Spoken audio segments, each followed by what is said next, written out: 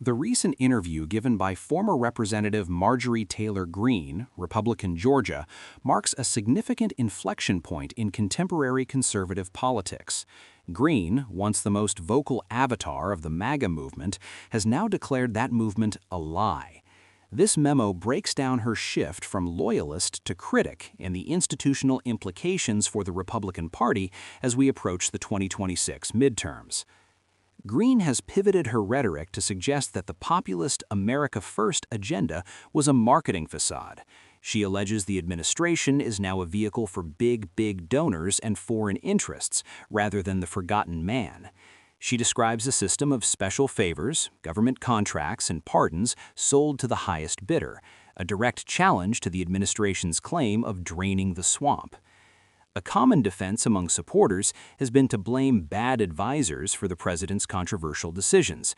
Greene explicitly rejects this. She insists supporters must come to grips with the fact this is Donald Trump, not a byproduct of his inner circle.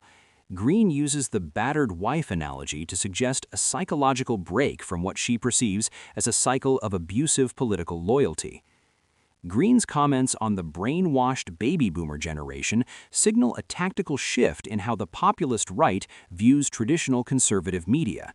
She identifies Fox News not as an ally, but as a tool of the political industrial complex, used to maintain control over older voters.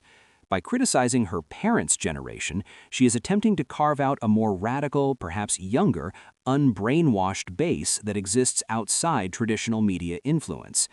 The catalyst for this divorce appears to be the Epstein Files Transparency Act.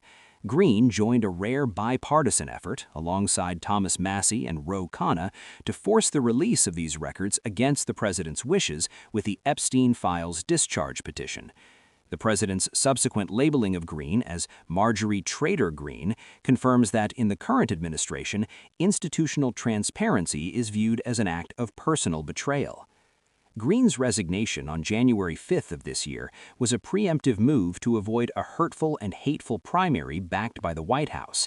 This suggests the administration is willing to purge even its most ideologically aligned members if they exhibit procedural independence.